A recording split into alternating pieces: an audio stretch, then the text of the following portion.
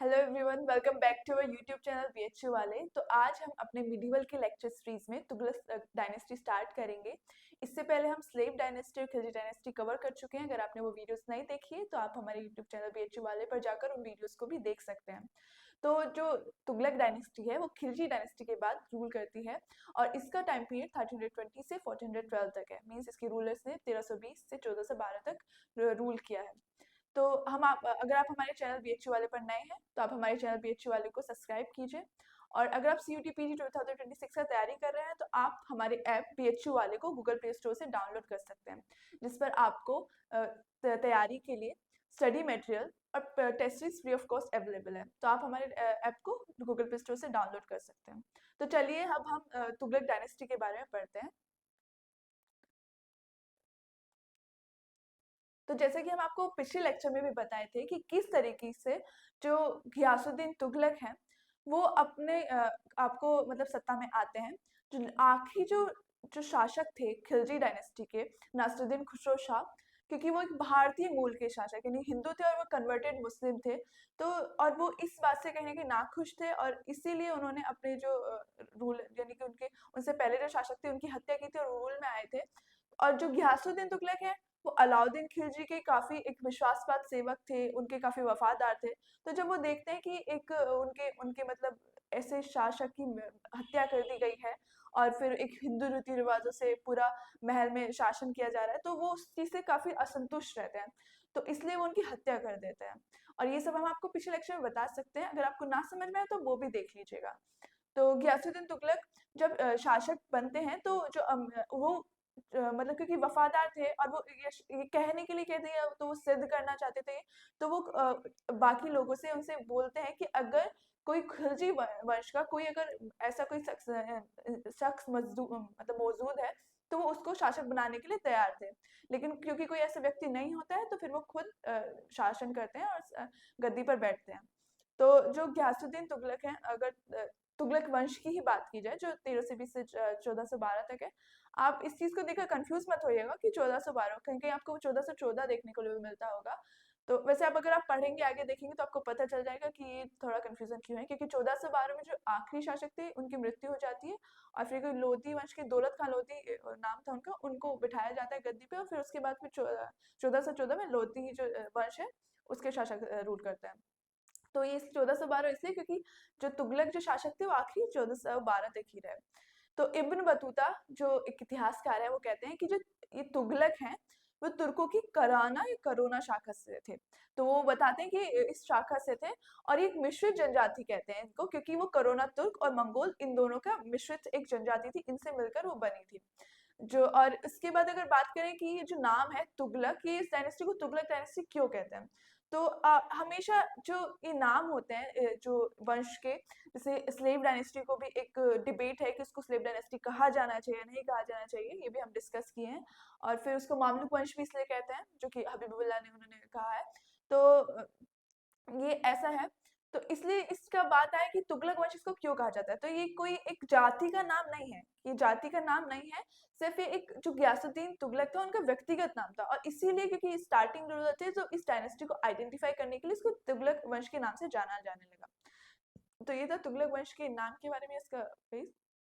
तो जो पहले शासक हैं गयासुद्दीन तुगलक, तो उनके पिता एक मुस्लिम थे और उनकी माता वो एक हिंदू थी, हिंदू जाट महिला थी। और इसलिए कहते हैं कि एक नासिरुद्दीन खुसरो शाह जो पहले हिंदू मतलब हिंदू माता पिता से थे और ये हिंदू मतलब थे और उसके हिंदू माता थी इनकी। और इसके बाद हम देखते हैं कि तो फिरोज शाह तुगलक उनकी माता भी हिंदू थी। और उसके बाद लोधी वंश में वहाँ एक शासक दिखते हैं जो हिंदू वंश से थे। इसकी अगर बात करें गयासुद्दीन तुगलक की, जो 1320 से 1325 तक इन्होंने शासन किया, 5 साल तक ये शासन किया इन्होंने। और 1320 में जो तिलपत का युद्ध था उसमें इन्होंने खुसरो शाह को पराजित किया और खुद स्वयं ही दिल्ली का सुल्तान बन गए। और उससे पहले अगर बात करें तो कहाँ के दीपालपुर यानी पंजाब के सूबेदार थे। ये अक्सर पूछ लिया जाता है कि कहाँ के, वो तो कहाँ के, दीपालपुर पंजाब के वो सूबेदार थे। और क्योंकि ये नॉर्थ वेस्ट फ्रंटियर पे, मतलब ये जो उत्तर पश्चिमी जो ये एक तरीके से सीमा थी, यहाँ पर ये इन्होंने पूरा ये तैनात थे, और इन्होंने कई बार मंगोलों को इन्होंने मंगोलों को हराया, और इसी इसी उस उपलक्ष्य में उन्होंने क्या, गाजी का इन्होंने टाइटल लिया, और ये पहले ऐसे शासक थे जिन्होंने अपने नाम के साथ गाजी लगाया। और ये पूछा जाता है, इसलिए आप याद रखिएगा कि पूछ लेता है कि किस शासक ने अपने नाम के आगे गाजी लगाया, गाजी की उपाधि ग्रहण की। तो अगर ऐसा पूछा जाए तो आप बताइए किसका नाम, कि गयासुद्दीन तुगलक वो शासक थे। तो चलिए आगे बढ़ते हैं। तो अगर बात करें जब सुल्तान ये बनते हैं, तो हम पिछले लेक्चर में भी बात कर रहे थे कि जो नासिरुद्दीन खुसरो शाह जब शासक बने थे, तो उन्होंने क्या किया, जो औलिया थे, निजामुद्दीन औलिया जो कि एक सूफी संत थे, और उनका क्योंकि उसमें काफी विश्वास था, तो उन्होंने उनको अपने जो यानी कि अपनी ट्रेजरी से, खजाने से उनको 5 लाख टन का, कितना, 5 लाख टन का उन्होंने उनको दान में दे दिया था। और इस वजह से कि पूरा जो खजाना था, जो ट्रेजरी थी, वो खाली हो गई थी। तो जब ये सुल्तान बनते हैं, तो इनको काफी जो वित्त व्यवस्था और का जो उनको व्यवस्था करनी होती है, तो इनको एक काफी प्रॉब्लम होती है कि अगर ट्रेजर में, मतलब ट्रेजरी में अगर धन ही नहीं है, तो किस तरीके से वो मैनेज करेंगे, किस तरीके से एडमिनिस्ट्रेशन करेंगे। तो ये क्या करते हैं कि ये इनसे मांगते हैं, कि इनसे वापस बोलते हैं, निजामुद्दीन औलिया से उनसे कहते हैं, जो अमीरों को उन्होंने बांटा था, कि आप वो धन वापस कर दीजिए। लेकिन निजामुद्दीन औलिया कहते हैं कि हमारे पास जो वो धन था, वो तो जब मेरे पास है मैंने तब दान कर दिया, मुझे उससे क्या लगा, मैंने तो वो दान कर दिया। तो अब अगर ऐसा है, तो वो इस वजह से वो कहते हैं कि मैं उसको वापस कैसे ही करूँ जब वो मेरे पास है ही नहीं। तो इस बात से काफी मतलब नाराज होते हैं, और इस वजह से उनके बीच में अनबन भी रहती है। तो फिर अगर आगे देखते हैं, अगर बात करें उनकी न्यायिक सुधारों की, तो अलाउद्दीन के समय में देखिए उन्होंने कितनी एक कठोर दंड व्यवस्था बना दी थी, ताकि वो पूरा मतलब एडमिनिस्ट्रेशन को सही रखने के लिए। तो इन्होंने क्या किया, उसको समाप्त कर दिया, यानी कि जो उनकी जो व्यवस्था थी, न्यायिक व्यवस्था, उन्होंने जो दंड व्यवस्था थी उसको समाप्त कर दिया। और इन्होंने शराब बनाना या उसकी बिक्री या जुआ खेलना, इस सब पे भी प्रतिबंध लगा दिया। और वो एक संगीत विरोधी भी थे। कहते हैं कि क्योंकि ये एक मतलब हिंदू माँ से जन्मे थे, तो एक तरीके से वो अपने आप को एक बेहतर मुस्लिम, यानी कि एक पक्का मुसलमान साबित करने के लिए ये काफी कट्टर थे। तो इस हिसाब से इन्होंने ये ऐसे ऐसे कदम इस वजह से इन्होंने लिए। तो इन्होंने क्या, शराब बंद कर दी, जुआ खेलना बंद करवा दिया, और ये संगीत के भी विरोधी थे। तो ये सब इनकी बातें हमको इनके बारे में पता चलती हैं। फिर इन्होंने जो अलाउद्दीन की कठोर नीति थी, मतलब उसके उदार पर उदारता की नीति अपनाई। तो जब हम कट्टर वो बात कर रहे थे, वो उन परिपेक्ष को लेकर जो इस्लाम में जिन चीजों को बेकार माना जाता है, मतलब बेकार नहीं, मतलब गुनाह माना जाता है, गलत माना जाता है, कि उनको नहीं किया कहा जाना चाहिए। तो वो उस परिपेक्ष पे वो उस चीज के लिए उनके मतलब उन चीजों को वो उनके कठोर थे उनके प्रति। लेकिन वैसे उन्होंने क्या, जैसे उन्होंने न्यायिक व्यवस्था में भी आप देखें वो कर दिया, और यहाँ भी उनकी कठोर जो नीति थी अलाउद्दीन की, उसके अलग स्थान पर उन्होंने क्या, उदारता की नीति अपनाई। फिर जो खुद चौधरी और मुकद्दमों के जो अधिकार थे, जो अलाउद्दीन ने खत्म कर दिए थे, वो इन्होंने हक एक होती, उसमें क्या, हक एक होती के तो उन्होंने उनको जो लौटा दिए थे, लेकिन किस्मत एक होती के अधिकार नहीं लौटाए थे। अब ये जो अधिकार होते हैं, ये कर से संबंधित होते हैं। तो हक एक होती है, यानी कि जो उनको जो मतलब जो राज्य है, उसकी तरफ से जो इनको अधिकार मिले होते हैं कर लेने के, वो उनको उन्होंने लुटा दिया। लेकिन जो एक्स्ट्रा, यानी कि जो एडिटिव जो वो कर लेते थे, जो अपनी तरफ से लगाते थे, वो ऐसा नहीं कर सकते थे, यानी कि किस्मत खोती के अधिकार उनको नहीं दिए गए थे। चलिए आगे बढ़ते हैं। फिर बात करें कि इनके जो कृषि, यानी कि इन्होंने जो एग्रीकल्चर था, उसको सुधारने के लिए इन्होंने क्या चीजें, इन्होंने क्या कदम उठाए, क्या इन्होंने कार्य किए, उसके बारे में अगर बात करें, तो जो दिल्ली सल्तनत के, क्योंकि पहले सुल्तान थे जिन्होंने क्या किया, सहयोग के लिए उन्होंने क्या किया, एक उदारता की दृष्टिकोण रखा। और उसमें क्या किया, क्योंकि अलाउद्दीन के टाइम में उन्हें क्या कर दिया था, 50% कर, कितना कर दिया था, आधा, यानी 1/2 उन्होंने कर दिया था। तो इन्होंने कम करके वापस उसको क्या कर दिया, फिर से 1/3 यानी 1/3 उसको कर दिया। और जो ऋणों की जो वसूली थी, वो इन्होंने बंद कर दी। उसके बाद इन्होंने आदेश दिया कि अगर कभी भूराजस्व जो है उसको अगर बढ़ोतरी की जाए, तो वो एक बार में 1/10 या 1/10 या 1/11 से ज्यादा ही नहीं बढ़ाया जाए, सिर्फ उतना ही बढ़ाया जाए। फिर जो चारागाह पर अलाउद्दीन ने जो घड़ी कर और चरी कर जो लगाया था, उसमें जो चारागाह पे जो कर लगाया था उसको उन्होंने वापस ले लिया, इनके ऐसा कोई फिर कर नहीं रहा, उन्होंने वो बंद कर दिया। और फिर ये पहले सुल्तान थे जिनके समय में उन्होंने नहर निर्माण किया। तो ये देखिए इसमें लिखा है प्रथम सुल्तान। तो और इससे क्वेश्चन बनता है, ये इंपॉर्टेंट है, इंपॉर्टेंट फैक्ट है, तो इसको याद रखिएगा कि पूछा जाता है कि कौन सा ऐसा सल्तनत का पहला शासक था जिन्होंने नहर निर्माण का कार्य शुरू किया। तो ये महत्वपूर्ण है, ये याद रखिएगा कि गियासुद्दीन के समय में उन्होंने कृषि व्यवस्था के सुधार के लिए उन्होंने नहर निर्माण करवाया। और फिर किसानों की सुधारने के लिए उन्होंने क्या किया कि भूमि का विस्तार किया जाए। तो जो वेस्ट लैंड है या जो भूमि यानी कि एग्रीकल्चर में नहीं है, उन्होंने उसको बढ़ाया। इनका जो मानना था, ये सोचते थे कि कर बढ़ाकर क्यों एक तरीके से रेवेन्यू जनरेट किया जाए, कि बेवजह किसानों पर भी मतलब ज्यादा बर्डन हो जाएगा। तो उन्होंने कर बढ़ाकर, उन्होंने कहा कि भूमि का विस्तार करो और जितनी भूमि बढ़ेगी उससे उतना ही ज्यादा फिर राजस्व आएगा। तो इस वजह से इन्होंने भूमि का उसमें क्या करा, भूमि विस्तार किया। तो ये आप याद रखिएगा कि इन्होंने स्थिति सुधारने के लिए क्या भूमि विस्तार किया, कृषि उपज, ताकि जो रेवेन्यू है तो उस तरीके से बढ़ाया जा सके। इसके बाद अगर बात करें यातायात के संबंध में भी इनका आता है कि यातायात व्यवस्था बनाने के को सुधारने के लिए सल्तनत टाइम में, या फिर डाक की बात करें, डाक व्यवस्था की, तो वो इन्होंने ही उसको सुव्यवस्थित किया, उसको ताकि वो ज्यादा फास्ट बन जाए। तो उस तीव्र बनाने के लिए इन्होंने व्यवस्था की। ये भी पूछ रहा था कि डाक व्यवस्था में सुधार किसने किया यातायात व्यवस्था में, तो याद रखिएगा कि गियासुद्दीन के तुगलक के समय में ये हो रहा है।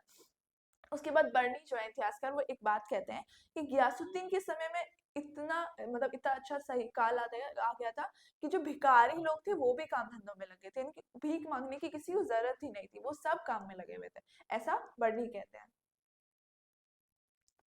यही जो अभी हम आपको बता रहे थे, इसका इंग्लिश में स्लाइड है। आगे बढ़ते हैं। तो अगर एक्सपेडिशंस की बात हो कि इसके टाइम में जो एक्सपेडिशंस थे वो किस तरीके से है, तो 1322 में 1322 में जो गियासुद्दीन है उनके पुत्र यानी कि जो मोहम्मद बिन तुगलक, एमबीटी जिनको हम बोल देते हैं, तो एमबीटी यानी कि उनके जिनको क्या नाम था, शहजादा जोना खां, इनको फखरुद्दीन जोना खां के नाम से जानते हैं, इनका मूल नाम ये था। तो इनको ये कहा दक्षिण की विजय के लिए इन्होंने इनको भेजा था। तो फिर वो कहाँ जाते हैं, वारंगल और मदुरा को उन्होंने फिर उसी समय में जीता और सल्तनत में मिला दिया। तो ये जो अब इसमें अगर बात करें जो वारंगल के अभियान पे यानी गए थे वारंगल एक्सपेडिशन पे, तो उस टाइम में ये 1322 में ये दूसरी बार था जब वो सक्सीड हुए। इससे पहले जब वो 13 से 21 में गए तो होता क्या है कि जब ये जाते हैं तो जो वहाँ के शासक थे या वारंगल के प्रताप रुद्रदेव, तो ये जाते हैं तो फिर वो क्या करते हैं कि एक कनेक्शन जो दिल्ली से एक स्थापित था, कम्युनिकेशन। अब देखिए अब इस चीज से आपको पता चलता है कि जो कम्युनिकेशन है वो कितना जरूरी है कम्युनिकेशन सिस्टम का। तो जब 1321 में ये जाते हैं तो ये क्या करते हैं, इनको कम्युनिकेशन दिल्ली से ब्रेक कर देते हैं और ये अफवाह फैला देते हैं कि जो शासक हैं गयासुद्दीन तुगलक उनकी मृत्यु हो गई। और इस बात को सुनकर जो जोना खां यानी कि मोहम्मद बिन तुगलक है, ये वो वापस लौट जाते हैं और इस तरीके से प्रताप रुद्रदेव अपने जो राज्य है उसकी रक्षा करते हैं। तो लेकिन फिर जब वो वापस जाते हैं और पता चलता है, फिर वो माफी मांगते हैं और फिर 1322 में ये दोबारा आते हैं और तब वो फिर ये आकर वारंगल और मदुरा को जीत लेते हैं और उसको सल्तनत में मिला लेते हैं। अगर और इसमें जो वारंगल जो तेलंगाना है उसको हम किस नाम से, क्या नाम रखा उन्होंने, सुल्तानपुर, उन्होंने उसका नाम सुल्तानपुर रख दिया। अच्छा, इससे पहले हम जब पढ़ रहे थे तो उसमें देवगिरी का क्या नाम रखा था, आप जरा हमको कमेंट्स में बताइए। तो इसका नाम सुल्तानपुर रख दिया। फिर उसके बाद अलाउद्दीन, अच्छा इसमें जो नीति का बदलाव हुआ है, आप देखेंगे अलाउद्दीन खिलजी ने क्या थी, हम बता रहे थे कि उन्होंने मिलाना शुरू नहीं किया था, ये उसके बाद उनके अलाउद्दीन के बाद जो फिर रूलर आए उनके टाइम में, और यहाँ पे तो पूरा इन्होंने जो सल्तनत मतलब दक्षिण का है वो उसको राज्य में मिलाना शुरू कर दिया। और इस टाइम में सबसे ज्यादा इन्होंने दक्षिण के राज्य को मिलाया, तो बहुत ज्यादा जो सल्तनत की जो बाउंड्री थी उसको एक्सपांड कर दिया था। तो अलाउद्दीन दक्षिण के जो राज्य है उनसे अधीनता स्वीकार करी, हम आपको बता ही रहे थे, लेकिन इन्होंने सल्तनत में बनाना शुरू कर दिया। और ये एक तरीके से महत्वपूर्ण क्या बोलते हैं विदेश नीति में परिवर्तन है। तो अगर ऐसा पूछा जाए तो आप ये याद रख सकते हैं। उसके बाद जो गियासुद्दीन तुगलक है, उन्होंने दक्षिण भारत में सिर्फ काम्पिली को बोलते हैं छोड़कर, यानी कि काम्पिली एक ऐसा जगह था जो रह गया था, बाकी सब जगह को उन्होंने अपने उसमें मिला दिया था। और फिर क्षेत्रीय विस्तार इतना अधिक हो गया, हाँ, जिसकी वजह से असंख्य विद्रोह है, और ये विद्रोह हमको मोहम्मद बिन तुगलक के टाइम में सबसे ज्यादा देखने को मिलते हैं। अगर और ये सवाल भी आता है, खैर हम आगे बात करेंगे कि किस तरीके से कि सबसे ज्यादा विद्रोह किसके टाइम में, मोहम्मद बिन तुगलक के समय में होते हैं।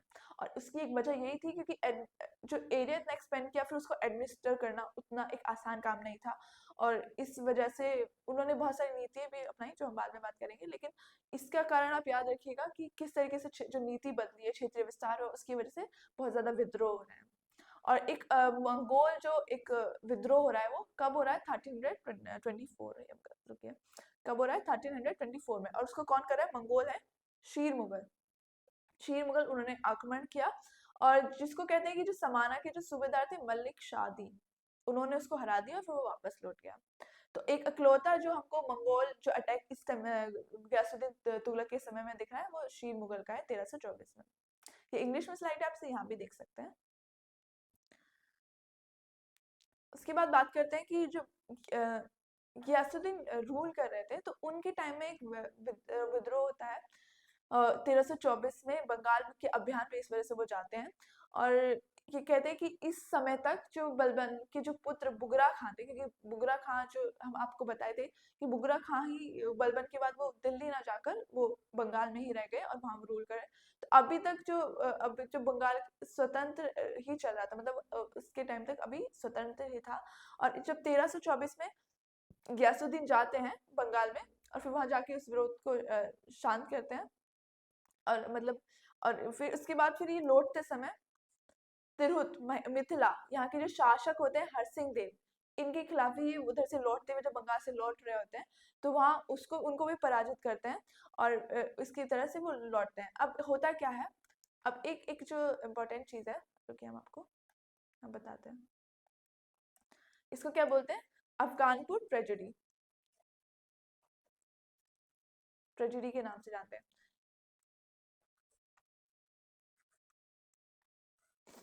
तो होता क्या है कि जब 1324 में बंगाल के विद्रोह को शांत करके ये वापस आ रहे होते हैं, तो अगर आप जैसे इतिहासकार हैं निजामी साहब, उनकी जो बुक है, अगर आप उसे पढ़ेंगे तो वो पूरा उसको डिटेल में एक्सप्लेन करते हैं कि किस तरीके से पूरा इस टाइम में क्या एक पूरा क्रम जो होता है जो भी।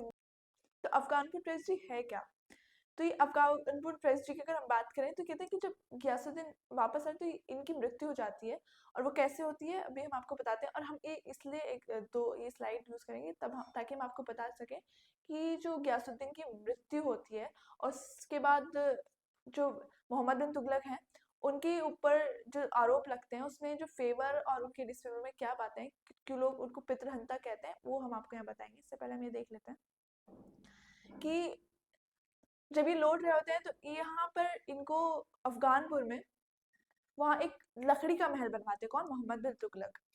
तो जो निजामी साहब हम उनको आपको बता रहे थे, तो वो कहते हैं कि जब ये काफी जो गयासुद्दीन तुगलक थे, ये मतलब लौटते वक्त ये इनको पता चलता है कि क्योंकि लौट कर आ रहे थे और काफी धन ये लेकर आ रहे थे, तो ये मोहम्मद बिन तुगलक से कहते हैं कि वो उनके लिए एक टेंट यानी कि बनवाए उनके आराम के लिए। और इसी वजह से मोहम्मद बिन तुगलक भी काफी खुश होते हैं, तो वो चाहते हैं कि वो अपने पिता के स्वागत के लिए पूरा एक अच्छा सा महल बनवाए। तो इसलिए वो अहमद अयाज जो उस समय के एक बहुत ही बड़े निर्माणकर्ता शिल्पी थे, उनसे वो एक लकड़ी का महल बनवाते हैं। और ये नाम पूछ लेता है कि किसने जो अफगानपुर में जो महल बना था लकड़ी का, वो किसने उसका निर्माण किया था, तो याद रखिएगा अहमद अयाज। तो ये जो जोना खां उसको महल बनवाते हैं। लेकिन होता ये है कि मतलब जब ये वहां पर बैठे हुए होते हैं, भोजन कर रहे होते हैं, उसके बाद फिर वहाँ एक कहते हैं कि जो हाथी वहां से लेके आए थे बंगाल से, तो उनका वो आते हैं उनको देखने के लिए, और उसको इसके स्टाम्पीड से यानी कि चलने से वो महल गिर जाता है और उनकी उसमें मृत्यु हो जाती है। तो इसके लिए कुछ लोग जो कुछ इतिहासकार हैं कहते हैं कि ये सब मोहम्मद बिन तुगलक उन्होंने उनकी वजह से हुआ था, या उन्होंने ऐसी योजना बनाई जिसकी वजह से मतलब अहमद याज के साथ मिलकर कि जिससे उनकी मृत्यु होगी, उन्होंने महल इस वजह से ऐसा बनवाया, इतना कमजोर महल। तो इसमें हम अगर बात करें कि क्या वो ऐसी बातें थी, अच्छा इसमें ये जो बात है निजामुद्दीन औलिया की, कि उनसे उनके संबंध खराब चल ही रहे थे, हम आपको पहले भी बताए थे। तो गयासुद्दीन निजामुद्दीन औलिया से कहते हैं कि अब भी कि आप दिल्ली छोड़कर चले जाइए, और इस पर जब गयासुद्दीन ने ऐसा कहा तो निजामुद्दीन औलिया कहते हैं कि दिल्ली अभी बहुत दूर है, यानी हुनूस दिल्ली दूरस्त, ये ऐसा वो कहते हैं। और इस स्टेटमेंट को याद रखिएगा, ये भी पूछा जाता है कि किसका ये स्टेटमेंट है, किसने कहा था हुनूस हुनूस दिल्ली दूरस्त, तो किसका है? निजामुद्दीन औलिया का स्टेटमेंट, जो वो गयासुद्दीन तुगलक से कहते हैं जब उन्होंने उन्हें दिल्ली छोड़ के जाने को कहा कि अभी तो आप दिल्ली पहुंचे नहीं है, दिल्ली तो दूर है। तो ये तो इतिहासकार इसलिए भी कभी कभी कहते हैं क्योंकि मोहम्मद बिन तुगलक था, वो काफी धार्मिक प्रवृत्ति के थे, लेकिन और वो हिंदू रीति रिवाजों को भी मानते थे, होली वगैरह खेलते थे। तो और उनका सूफी संतों में विश्वास था, वो निजामुद्दीन औलिया को भी बहुत मानते थे। तो कुछ लोग सोचते हैं कि निजामुद्दीन औलिया के साथ उनका मतलब इस संबंध थे और ऐसा उन्होंने उससे कहा, तो इस वजह से उन्होंने ऐसी योजना बनाई, ऐसा महल बनवाया, जिसकी वजह से उनकी मृत्यु हो गई। तो अगर बात करें कि इसमें पक्ष में जो स्टूडेंट है, जो पक्ष में जो स्टेटमेंट्स हैं, जो मानते हैं कि इसमें इनका हाथ था, तो उसमें पक्ष में बोलते हैं, एक औलिया की अगर बात करें तो वो सोचते हैं कि औलिया के साथ उनके संबंध अच्छे थे और गयासुद्दीन तुगलक ने उनसे उनको वहां से जाने के लिए कहा था, तो इस वजह से वो नाराज थे, तो उस वजह से उन्होंने ऐसी योजना बनाई। कुछ लोग बोलते हैं कि अ, मतलब कुछ इतिहासकार ऐसा बोलते हैं कि वो उनके संबंध, आपसी संबंध जो थे मोहम्मद बिन तुगलक के और गयासुद्दीन तुगलक के, वो अच्छे नहीं थे, क्योंकि जो वारंगल में अभियान पे वो जब गए थे तो उनका वो वापस आ जाते हैं और उस वजह से उनको डांट लगाते हैं कि ऐसा आप तुम कैसे कर सकते हो। तो इस वजह से, तो वो बोलते हैं कि इस वजह से शायद उन्होंने ऐसा किया हो, तो ये कुछ लोग कहते हैं। बाकी उन्होंने जो लकड़ी का महल बनाया था, कि क्या जरूरत थी, जो आमतौर पर महल बनते थे क्यों लकड़ी का महल बनवाया, और कहते हैं कि वो जो जगह थी अफगानपुर, वो काफी दलदली जगह थी, लकड़ी का महल जो बनाया उन्होंने। और एक सेकेंड, लकड़ी का महल था, उसको भी बोलते हैं कि एक लकड़ी का महल बनवाया, जो आमतौर पर नहीं बनवाते, और वो भी एक दलदली जगह पे, दलदल था जो अफगान को, वो ऐसी जगह पे बनवाना, वो भी एक सोची समझी उनकी साजिश ही थी, इस वजह से। तो अब इनको अगर विपक्ष में बात करें कि इसको जो कुछ इतिहासकार वो उसको काटते हैं, तो वो कहते हैं कि औलिया के साथ अगर बात करें तो इतिहासकार कहते हैं कि जो मोहम्मद बिन तुगलक है, उनका जो बर्ताव था वो पहले या बाद में कभी भी बात करें तो वो ऐसा ही था। मतलब वो काफी संतों का मतलब एक तरीके से वो सम्मान करते ही थे। तो औलिया ने ऐसा कुछ कहा तो उस चीज से उसका कोई संबंध नहीं है, तो ये कहकर इतिहासकार काटते हैं। और दूसरा, वारंगल के अभियान की बात करें तो उसमें भी इतिहासकार कहते हैं कि वहां से अगर वो उससे नाराज भी थे तो उनके और तो वो ऐसा मतलब क्योंकि वो उनको खुश करना चाहते थे मोहम्मद बिन तुगलक, इसीलिए उन्होंने ऐसी योजना बनाई लकड़ी के महल की। बाकी और जो दलदल पे की महल जगह पे महल बनाने की बात थी, वो गयासुद्दीन तुगलक ने ही अफगानपुर जगह को चुना था। मतलब ये ऐसा कुछ नहीं था कि मोहम्मद बिन तुगलक ने अपनी मर्जी से ये बनवाया बनाया था। गयासुद्दीन तुगलक ने क्योंकि आज्ञा दी थी वहां बनवाने के लिए, इसलिए उन्होंने वहां महल बनवाया था। और जो इतिहासकार कहते हैं कि क्यों वहां पर हाथी लेके आया गया, तुझे पता था वो कमजोर, तो हाथी लाने का आदेश भी गयासुद्दीन तुगलक ने ही दिया था, ऐसा कुछ इतिहासकार लिखते हैं।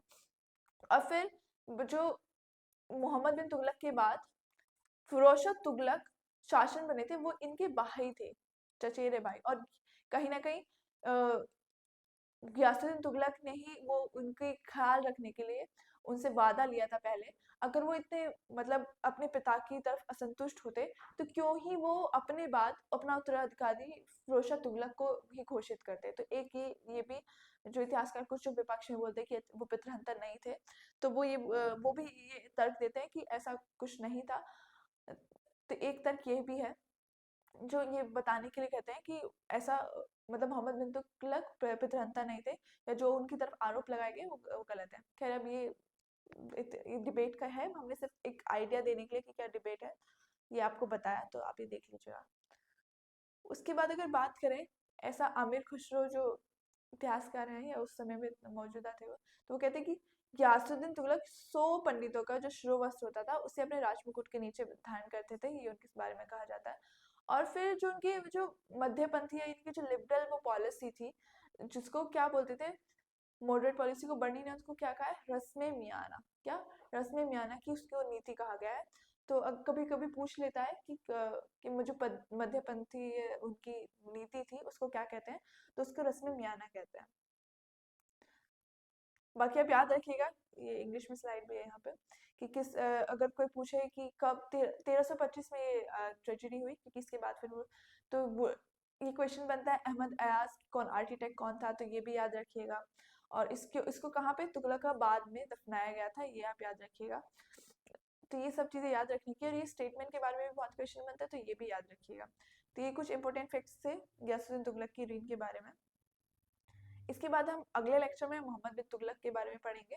मोहम्मद बिन तुगलक, उसकी जो पॉलिसीज थी, काफ़ी सारी पॉलिसीज थी, जो कि हम अगले लेक्चर में बात करेंगे, जैसे जिसमें राजधानी परिवर्तन और जो उन्होंने एक सांकेतिक मुद्रा चलाई थी, ये सब, और दुआ में कर रहे थे, ये सब हम अब अगले लेक्चर में बात करेंगे। इस लेक्चर में हमने आपको गयासुद्दीन तुगलक और उसके समय के बारे में बताया। अगर आपको कुछ समझ में नहीं आया है तो आप हमारे कमेंट सेक्शन में कमेंट करके बता सकते हैं, और अगर आपको लेक्चर अच्छा लगा है तो आप वीडियो को लाइक कीजिए और कमेंट में बताइए। And thanks for watching.